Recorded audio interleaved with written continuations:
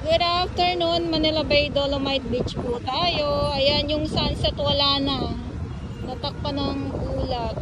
At ngayon ay August 13, 2025. Nandito pa din po ang Dolomite Sun, hindi pa din po nawawala. Katulad ng sinasabi ng iba na wash out na daw.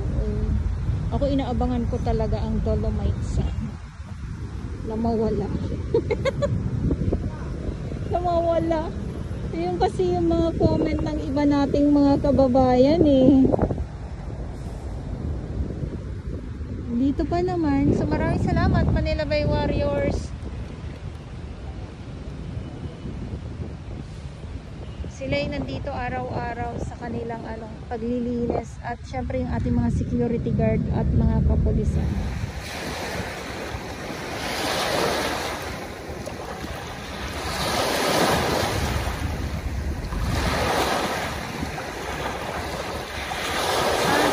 Today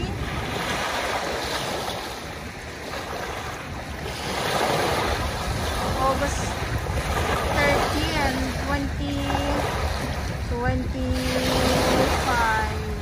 Ayun na, natakpa na nga siya, wala na.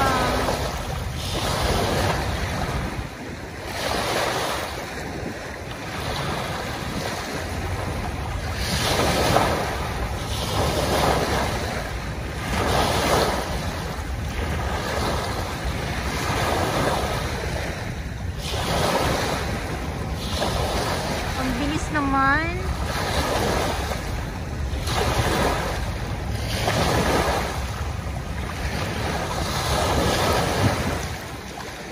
okay, so hanggang dito muna ang ating update muli dito sa Dolomite Beach po. At kahit pa paano nakakita naman po ako ng sunset.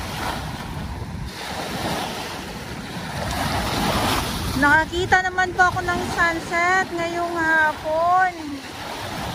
At nung nakarang araw, yung pag-aabang ko dito ay wala po akong nakita. Buti na lang ay mayroon kahit pa paano. At dito naman, anday nag-aabang oh, sa may tulay. Dahil nag-aabang ng sunset dito sa Dolomite Beach po. Pero nasa tulay sila kasi sarado ang Dolomite Sun. Hanggang ngayon sarado pa din po, hindi pa din po siya bukas sa publiko sa mga nagtatanong. So antay-antay na lang din po pag natapos itong ginagawa dito ng ating DPWH. Ayan, so magbubukas din naman po ito.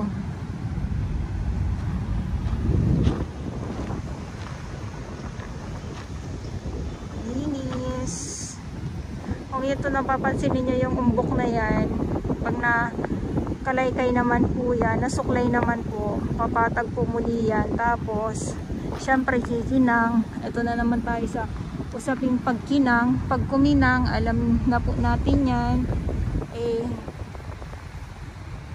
kuminang. Kuminang, syempre kuminang muli ang Dolomite Sun Beach po. Ngayon kasi yung ating DPWH naman ay ginagawa po yung mga drainage dito sa Manila Bay. Kaya kung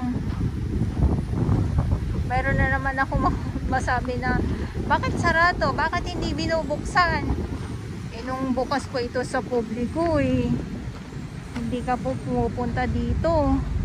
Kung saan naman nasarado ngayon, tsaka ka lang magpaparamdam. Ayan Pero huwag po kayong mag-alala kasi nga malapit na din po matapos. Kaya abang na lang din po tayong lahat sa pagbubukas muli nitong Dolomite Beach. At sa ngayon, sa ngayong hapon,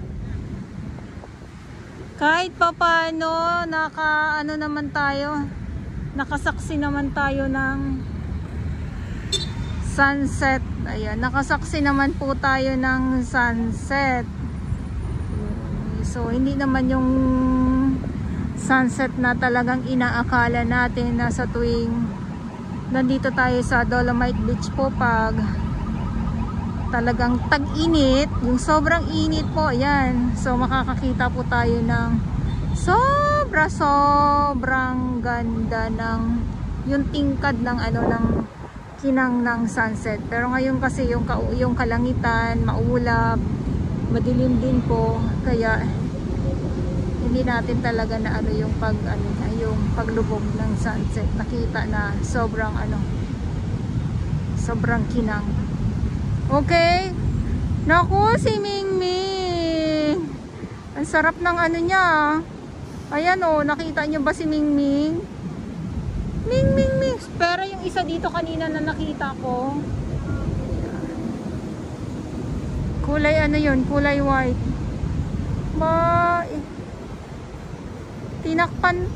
Tinakpan. Marunong tinakpan niya pa. So ito naman yung mga nasa sako dyan. Ayan ay mga bagong kuha naman yan kanina ng ating mga warriors, ang ating naglilinis dito. Konti lang naman yung mga nasa sako ng mga kalat. So bukas naman po yan, hahakutin din naman po ng truck. So may naghahakot naman po dito, muli ulitin ko. May naghahakot dito ng mga basura. So ano pa pala kung walang naghahakot ng mga kalat dito, or ano pa kung hindi ito nililinis, di ba? Mas tambak yung mga nakikita natin na mga basura dito sa Manila Bay. Okay, so hindi lang dito sa Dolomite Beach, doon din po sa Yacht Club. Pero sa pagkakaalam ko din po, sa bawat lugar po ay may tinatawag po sila ng mga warriors or rangers po sa mga naglilinis. Ayan, Parañaque meron din po. Dito sa may Nabotas mayroon din po. Okay, so sa ngayon ito yung update ko. Maraming salamat po muli sa inyong lahat. Manila Bay, Dolomite Beach po tayo. At sa mga nagtatanong, ulit-ulitin ko po muli, abang na lang po muli tayo kung kailan bubuksan ito sa publiko, itong Dolomite Beach po. Dahil nga sarado, dahil nga po ginagawa itong drainage ng DPWH, kaya sarado po ang Dolomite Beach po sa ating mga kababayan. Sa mga hindi po nakakaalam, maraming salamat po sa inyong lahat, or sa mga baguhan, maraming salamat po sa inyong lahat.